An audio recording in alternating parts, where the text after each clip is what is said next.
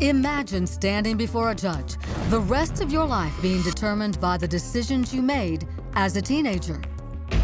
It wasn't an imaginary scenario for Sara Kruzan, and the decision she made was to shoot a man dead, a man who seemed like the devil himself.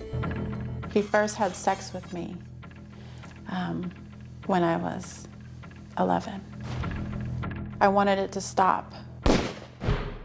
Talent, beauty, intelligence. In a different life, there's no telling how far these traits might have taken young Sara Kruzan of Riverside, California. Instead, my home was like a war zone. A war zone, you know. Tell me how. So my mother, she suffered from borderline personality disorder. There was a lot of physical violence, there was a lot of emotional violence. And unfortunately, even more damaging experiences. At the age of 5, Sara was molested by a babysitter.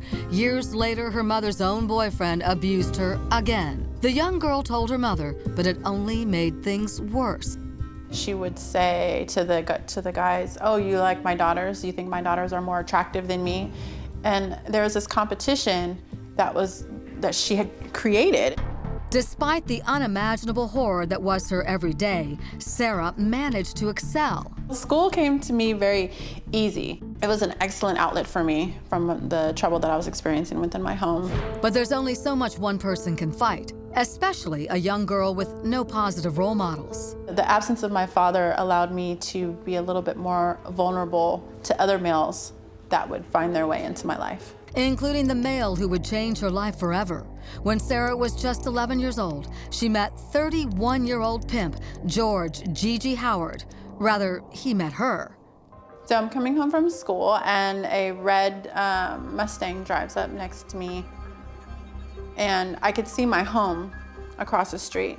Just steps away from an entirely different future. And he convinces me to get in his vehicle for ice cream, for Thrifty's ice cream. For an 11-year-old girl, what was the allure of this man in the red Mustang? That I was gonna get 3 scoops of ice cream from Thrifty's. At first, Sara says Gigi was kind, nurturing her like a dad, imparting fatherly words of wisdom before taking her back to his place. And then he changed his clothes. And when he came out, he said, "Stand up." And, you know, I stood up. He undressed me. And I stood there and I had kind of like froze. You know, I knew that I was in a really bad situation, but I didn't run, I just stood there. And then he molested me. It's like having your soul murdered. You know, not like a quick murder, like maybe strangled, because you're so aware, you know, of what's happening. I feel like I know what the devil looks like. Sadly, it was only the beginning of Gigi's systematic takeover of Sara's life. One of his partners lived right down the street. One of his limousine drivers lived right across the street from my house. He came in and developed a relationship with my mother. You mean he befriended her? Yes. So I remember him standing in the front yard and handing my mother cash. And I thought, okay, that was interesting. You know, but my mother and I didn't have a relationship. I didn't have a relationship with my mom. I couldn't sit down and say, "Hey, Mom, what's going on?"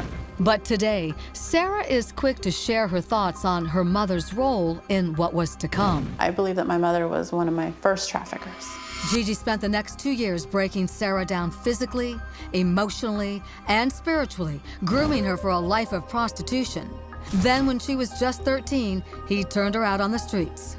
From the age of 13 to 16, I was sold. You did try to escape his clutches. Oh, of course, like you don't leave, you know? There are girls that they get set on fire, or, you know, and it's like a message. If you try to leave, here, I'm gonna burn you. So Sara tried escaping the only way she knew.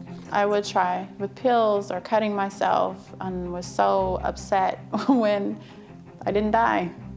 I tried and I was like, oh my God, I gotta keep going, like really. Then, when Sara was 16, weighed down by more trauma than most people endure in a lifetime, something finally snapped. So that day, it was in the evening, Gigi and I went to the movies, and from there, he took me to a hotel room. Before we went into the room, he pulled out a sex toy that he wanted to use. And so we go into the room, and he pours a drink, you know, and he stood up and, you know, like, he took his outfit off. He was in his underwear, and he still had his socks on. And he went to go plug in the toy.